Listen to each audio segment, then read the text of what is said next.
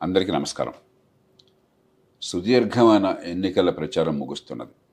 తెలుగు రాష్ట్రాల్లో రేపు 13వ తేదీన పోలింగ్ జరగబోతున్నది. నేను మీ అందరినీ కోరేది 3 విషయాలు. మొట్టమొదటిది, విధిగా ఓటు వేయండి. మండుటెంటలు ఉన్నా కూడా, కష్టమైనా కూడా పొద్దున్నే 7 గంటలకి పోయి ఓటు వేయండి. ఎంత వేగంగా వేరుంటే అంత వేగంగా ఓటు వేయండి. అరే వేరే పని ఉంది, లేకపోతే ఈ క్యూలో ఎంతసేపు నుంచి ఉంటాము, చికాగ్గా ఉంది, ఇలా అనుకోపోకండి. ఓటు వేయకపోతే భవిష్యత్తు గురించి మాట్లాడే అర్హత మీకు నాకు లేదు. ఇంట్లో కూర్చొని విమర్శిస్తే దేశం మారదు. ఓటు హక్కు కోసం ప్రపంచంలో మన దేశంలో ఎన్నో త్యాగాలు చేశారు, ఎన్నో ఉద్యమాలు జరిగినాయి, ఎన్నో పోరాటాలు వచ్చినాయి. స్వపరిపాలన అనేది చాలా సంక్లిష్టమైనటువంటిది. ప్రపంచ చరిత్రలో ప్రజాస్వామ్యం చాలా అరుదుగా ఉంటుంది. అలాంటిది ఈ దేశంలో ఎన్ని పొరపాటు ఉన్నా కూడా ఈ 76 ఏళ్ల పాటు ప్రజాస్వామ్యాన్ని కొనసాగించుకున్నాం. గొప్ప విషయం అది. ఒక పేద దేశంలో, ఇన్ని కులాలు మతాలు ప్రాంతాలు ఉన్న దేశంలో, ఇన్ని ఇబ్బందులు ఉన్న దేశంలో, ఇంత వైవిధ్యభరితమైనటువంటి సమాజంలో మనం శాంతియుతంగా అధికారాన్ని మార్చడం కానీ, మరి మన మధ్య పరస్పర అవగాహనతో చర్చలు చేసుకోవటం కానీ, ఇది చాలా గొప్ప విషయం.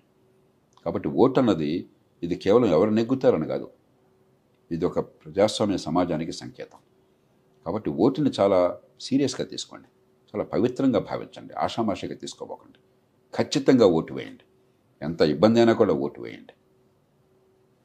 అలా కాకపోతే ఏమవుతుందంటే, ఆలోచించే వాళ్ళు ఓటు వేయకుండా, నిరుపేదలు ఉనికి ఉండదు ఓటు లేకపోతే అన్న భయంతో ఓటు వేస్తున్నారు. నిజంగా ఈ దేశాల్లో ప్రజాస్వామ్యాన్ని కాపాడుతున్న వాళ్ళు పేదలు, గ్రామీణులు. చదువుకున్నాం అనుకున్న వాళ్ళు, పట్టణీకులు, నైపుణ్యం ఉందనుకున్న వాళ్ళు, ఆదాయాలు అనుకున్న వాళ్ళు మాటలు చెప్పడానికి పరిమితం అవుతున్నారు, కానీ ఓటు వేయడానికి అంత ఆసక్తి చూపెట్టడం లేదు. నామోషి అనుకుంటున్నారు. ప్రజాస్వామ్యంలో ఓటు వేయడం నామోషి అనుకుంటే, క్యూలో నుంచోవడం నామోషి అనుకుంటే అది ప్రజాస్వామ్యం కాదు. అది ప్రజాస్వామ్యం కేవలం ఓటుతో వచ్చేది కాదు. ప్రజాస్వామ్యం ఎగాలిటేరియన్ ప్రిన్సిపల్తో వచ్చేది.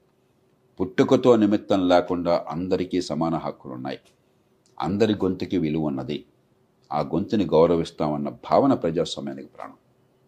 కాబట్టి నేను మనసారా కోరుతున్నాను, విధిగా ఓటు వేయండి. 2, ఓటు వేసేప్పుడు మన దేశంలో సహజంగానే కులాలు ఉన్నాయి, మతాలు ఉన్నాయి, ప్రాంతాలు ఉన్నాయి, వర్గాలు ఉన్నాయి. పార్టీలను కూడా మతాలుగా మార్చేశాం. మన జీవితం కంటే, మన కుటుంబం కంటే పార్టీలే ముఖ్యంగా భావించేటువంటి మనుషులు ఉన్నారు. ఇవన్నీ పక్కన పెట్టండి. ఎన్నికలు ఓటు పొందేవాళ్ళని గురించి కాదు, పోటీ చేసేవాళ్ళని గురించి కాదు. ఎన్నికలు ఓటు వేసేవాళ్ళని గురించి, పన్నులు కట్టేవాళ్ళని గురించి. ఎన్నికలు ఎవరు నెగ్గుతారని కాదు, ఎన్నికైన తర్వాత ఏం జరుగుతుంది దాని గురించి. ఒక్కసారి మనసు పెట్టి నింపాదిగా ఆలోచించండి. ఈ కులం చట్టం నుంచి, ఈ మతం మోఢ్యంలోంచి, ఈ పార్టీలు అన్నటువంటి వర్గ భేదాల నుంచి దూరం కండి. సమాజంలో శాంతిని సయోధ్యని పెంచేటువంటి పద్ధతి ఎవరి దగ్గర ఉండదు. సమాజంలో కొద్ది మేరకైనా సరే ఒక చట్టబద్ధ పాలన తేవడానికి ఎవరు సిద్ధంగా ఉన్నారు, కొన్ని సాంప్రదాయాలు పాటించడానికి.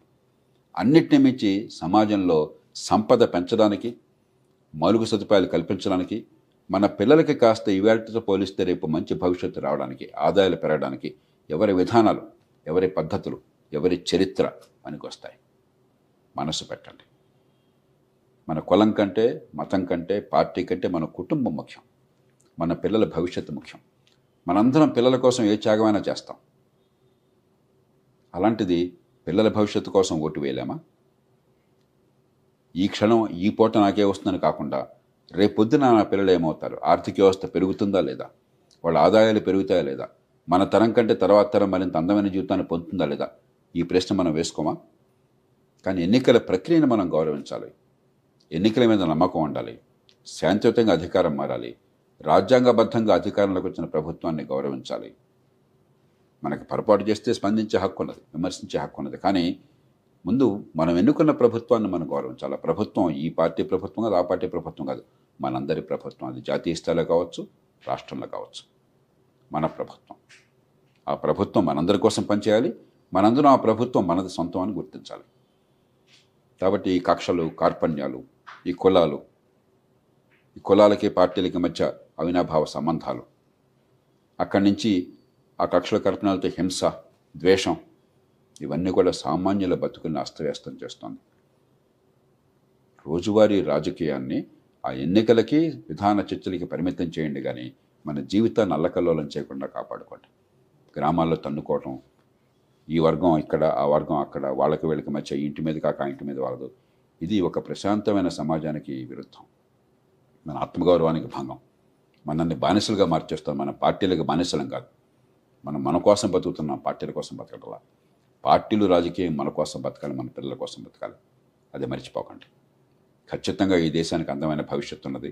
మనం కొద్దిపాటి విజ్ఞత చూపెట్టినట్టయితే, ప్రభుత్వాలు కొంత దూరదృష్టిని చూపెట్టినట్టయితే, తాత్కాలికమైనటువంటి సంక్షేమాన్ని దీర్ఘకాలిక భవిష్యత్తుతో కనుక ముడివేసినట్టయితే, ఆ సమతూకాన్ని పాటించినట్టయితే, అందుకోసం మీరంతా ఓటు వేస్తారని, ఖచ్చితంగా ప్రజాస్వామ్యాన్ని కాపాడుకుంటారని, మన పిల్లల భవిష్యత్తును అందంగా మార్చుకుంటారని మనసారా ఆశిస్తున్నాను.